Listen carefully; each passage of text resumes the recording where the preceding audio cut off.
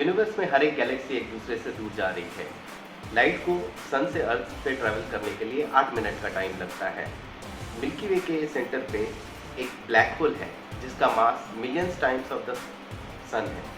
इन्हीं सारी चीज़ों पे रिसर्च करना और इन फैक्ट्स को साइंटिफिकली इस्टेब्लिश करना ही एस्ट्रोफिजिसिस्ट का काम है। क्या आपको भी ऐसे ही एस्ट्रोफिजिक्स के फैक्ट्स बहुत ही फैसिनेटिंग लगते हैं? क्या आप एस्ट्रोफिजिक्स में अपना करियर बनाना चाहते हैं? तो इस वीडियो में मैं आपको बताऊंगा कि क्लास 10 के बाद आप कौन से स्टेप से अपना करियर एस्ट्रोनॉमी में बना सकते हैं, कौन से सब्जेक्ट चूज कर सकते हैं, कौन से एग्ज़ाम्स आपको क्वालिफाई करना होगा और कहाँ कहाँ एस्ट्रोनॉमी और एस्ट्रोफिजिक्स में रिसर्च होता है। एस्ट्रोनॉमी बहुत ही बड़ी फील्ड है। मेथड के लहजे से इसको 3 कैटेगरी में डिवाइड किया जा सकता है, एक थ्योरी, ऑब्जर्वेशन और सिमुलेशन। थ्योरी में आप फिजिक्स के एग्जिस्टिंग अंडरस्टैंडिंग के ऊपर बेस करके एस्ट्रोनॉमिकल जो प्रॉब्लम्स है उसके मॉडल्स देते हैं और उस मॉडल के ऊपर बेस करके प्रेडिक्शंस कर सकते हैं। ऑब्जर्वेशनल में आप इंस्ट्रूमेंटेशन कर सकते हैं, टेलीस्कोप डिज़ाइन कर सकते हैं और उस टेलीस्कोप के डेटा को एनालाइज करके आप एस्ट्रोफिजिक्स के प्रॉब्लम्स को सॉल्व कर सकते हैं। ऑब्जर्वेशन में आप इलेक्ट्रोमैग्नेटिक स्पेक्ट्रम के कौन से वेवबैंड पे अपना रिसर्च कर रहे हैं उसके ऊपर डिपेंड करके इसको और भी कई सारे सब कैटेगरीज में डिवाइड किया जा सकता है, जैसे कि gamma ray astronomy, X ray astronomy, infrared astronomy, optical astronomy और रेडियो एस्ट्रोनॉमी। अब आते हैं सिमुलेशन पे। सिमुलेशन पे थ्योरी और ऑब्जर्वेशंस के रिजल्ट्स को कंबाइन करके हेवी कंप्यूटर कैलकुलेशंस के जरिए जो मिसिंग पीस ऑफ इंफॉर्मेशन और जो अंडरस्टैंडिंग में हमारी कमी है उसके फिजिकली उसको विजुअलाइज करना, उसको समझना, यही सिमुलेशन। ऐसे ही थ्योरी हर वेवबैंड में एस्ट्रोफिजिक्सल ऑब्जेक्ट्स का स्टडी और सिमुलेशन को कंबाइन करके एस्ट्रोफिजिक्स तैयार करते हैं यूनिवर्स की ओवरऑल अंडरस्टैंडिंग। ये सब इंडिया में कौन कौन सी जगह पे इन सब सब्जेक्ट्स पे रिसर्च होता है वो बताने से पहले मैं आपको बताता हूँ कि अगर आप क्लास 10 में हैं उसके बाद आप कौन कौन से स्टेप लेकर अपने करियर को एस्ट्रोनॉमी और एस्ट्रोफिजिक्स की तरफ नेविगेट कर सकते हैं। तो सबसे पहले आपको क्लास 10 के बाद ऑब्वियसली साइंस स्ट्रीम लेके पढ़ाई करना पड़ेगा। उसमें फिजिक्स, केमिस्ट्री, मैथमेटिक्स और कंप्यूटर साइंस जैसे सब्जेक्ट आपको बहुत ही ज़्यादा हेल्प करेंगे अपने एस्ट्रोनॉमी करियर को बिल्ड करने के लिए। क्लास 12 के बाद जब आपके पास चॉइस होगी कि आप बेसिक साइंस पे ग्रेजुएशन करें या इंजीनियरिंग करें, तो आप कोई भी ऑप्शन चूज़ कर सकते हैं। मगर जो भी एस्ट्रोनॉमर्स होते हैं इनमें से ज़्यादातर एस्ट्रोनॉमर्स फिजिक्स में ग्रेजुएशन और मास्टर्स करते हैं। मगर आप इंजीनियर्स भी हैं तो ऐसे भी एग्जाम्पल्स हैं जो लोग इंजीनियरिंग से एस्ट्रोनॉमी में स्विच किया है। अगर आप फिज़िक्स लेकर ग्रेजुएशन कर रहे हैं तो आपको फिज़िक्स ग्रेजुएशन होने के बाद आप कोई आईआईटी जैम देकर या जस्ट देकर ऐसे एग्ज़ाम देकर सीधे किसी आईआईटी में मास्टर्स कर सकते हैं। अगर उस आईआईटी में एस्ट्रोनॉमी का स्पेशलाइजेशन है तो आप ज़रूर ही एस्ट्रोनॉमी का स्पेशलाइजेशन चूज़ करें। अगर नहीं भी है तो आप किसी दूसरे स्पेशलाइजेशन जो कि एस्ट्रोनॉमी से रिलेट किया जा सकता है, जैसे कि astro particle physics, nuclear physics और भी ऐसे कई सारे सब्जेक्ट्स हैं जिसमें आप स्पेशलाइजेशन करके अपना मास्टर्स कंप्लीट कर सकते हैं। अगर आप इंजीनियरिंग ग्रेजुएट हैं तो आप ये ध्यान रखें कि आपके करिकुलम में आप ऐसा ही इंजीनियरिंग ब्रांच चूज़ करें जिसके करिकुलम में स्ट्रॉन्ग फिजिक्स, मैथमेटिक्स और कंप्यूटर्स के कोर्सेज हों। आपने जब मास्टर्स कर लिया इसके बाद आपको कोई एक नेशनल एग्ज़ाम क्रैक करना पड़ेगा, जैसे कि नेट हो गया और गेट हो गया।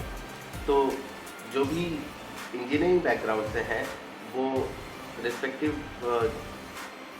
सब्जेक्ट में गेट दे सकते हैं और गेट के ज़रिए आफ्टर बीटेक या आफ्टर एमटेक वो पीएचडी के लिए अप्लाई कर सकते हैं। जब आपने एग्ज़ाम क्रैक कर लिया, एग्ज़ाम के रैंक्स के साथ आप इंडिविजुअल इंस्टीट्यूट्स में अप्लाई कर सकते हैं।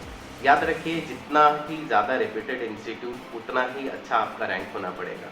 जब आप इंडिविजुअल इंस्टीट्यूट में पीएचडी के लिए अप्लाई करेंगे उसके बाद इंस्टीट्यूट आपको शॉर्टलिस्ट करेगी, शॉर्टलिस्ट करके आपको कॉल देगी। बहुत सारे इंस्टीट्यूट ऐसे होते हैं जो इन सारे एग्ज़ाम्स के बाद भी अपना इंडिविजुअल जो है एंट्रेंस एग्ज़ाम कंडक्ट करती है और फिर आपको वो उस एंट्रेंस एग्ज़ाम को क्रैक करके फिर इंटरव्यू देने जाना होता है। तो मगर इनमें से कुछ इंस्टीट्यूट ऐसे भी हैं जो अपना एंट्रेंस एग्ज़ाम नहीं लेती, डायरेक्ट इंटरव्यू के लिए कॉल करती है, जैसे कि IISc Bangalore, Raman research institute and etcetera. तो एक बार अपने इंटरव्यू कॉल पा लिया, आप इंटरव्यू क्रैक कर लिया, आपको इंस्टीट्यूट ने पीएचडी के लिए शॉर्टलिस्ट कर लिया, आपका पहला स्टेप एस्ट्रोनॉमी के करियर में हो गया, आप एस्ट्रोफिजिसिस्ट बनने के लिए तैयार हो गए। इसके बाद का स्टेप होता है आप पोस्ट डॉक्टरल करें, उसके बाद रिसर्च साइंटिस्ट बन जाएं या रिसर्च फैकल्टी बन जाएं। तो अब मैं आपको बताऊंगा कि इंडिया में कौन कौन से ऐसे इंस्टीट्यूट हैं जहाँ पे मेजरली एस्ट्रोनॉमी और एस्ट्रोफिजिक्स का रिसर्च होता है।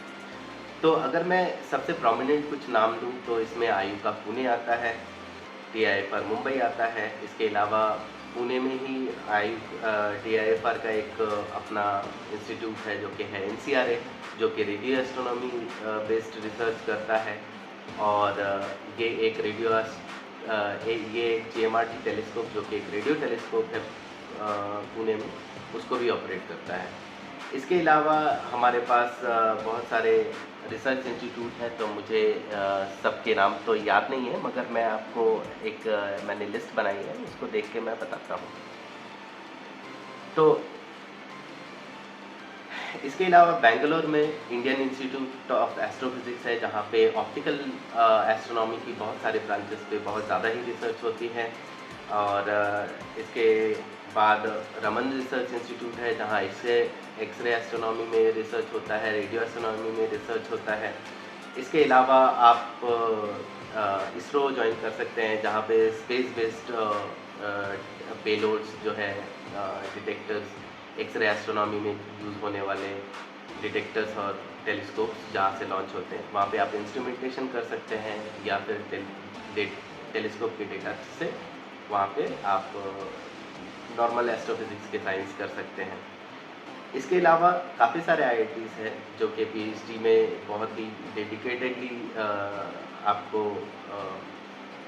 एस्ट्रोनॉमी एस्ट्रोफिजिक्स के प्रोग्राम्स ऑफर करती हैं। इनमें से एक जो सबसे प्रोमिनेंट इमर्जिंग नाम है वो है Indian institute of technology Indore. यहाँ पे एक डेडिकेटेड एस्ट्रोनॉमी एस्ट्रोफिजिक्स और स्पेस साइंस का डिपार्टमेंट है। इसके अलावा बाकी IITs में IIT Mumbai, IIT Madras, IIT Kharagpur, IIT Kanpur, IIT BHU, IIT Bhubaneswar, IIT Roorkee और IIT गांधीनगर जैसे IITs में एस्ट्रोनॉमी पर बहुत ज़्यादा रिसर्च होता है। IITs के बाद हम आ जाते हैं आइजर्स पे। तो आइजर कोलकाता एक ऐसा इंस्टीट्यूट है जहाँ पे डेडिकेटेड स्पेस सोलर एस्ट्रोनॉमी का एक डेडिकेटेड डिपार्टमेंट है। इसके अलावा आइजर कोलकाता के बाद आइजर पुणे है, आइजर मोहाली, आइजर त्रिवेंद्रम और ऐसे बहुत सारे आइजर्स हैं जहाँ पे कुछ प्रोफेसर्स एस्ट्रोनॉमी पे रिसर्च करते हैं। और अगर आप PhD कैंडिडेट हैं तो आप यहाँ पे किसी को भी ज्वाइन कर सकते हैं। इसके अलावा कुछ रिसर्च इंस्टीट्यूट है जैसे Aries Nainital, IIT Trivandrum, PLL Ahmedabad और ऐसे कुछ यूनिवर्सिटीज़ हैं जैसे प्रेसिडेंसी यूनिवर्सिटी कोलकाता और आलिया यूनिवर्सिटी जहाँ से मैंने MSc किया है। और ऐसे बहुत सारे कॉलेजेस हैं जहाँ पे कुछ प्रोफेसर्स कुछ एस्ट्रोनॉमी में काम कर रहे हैं।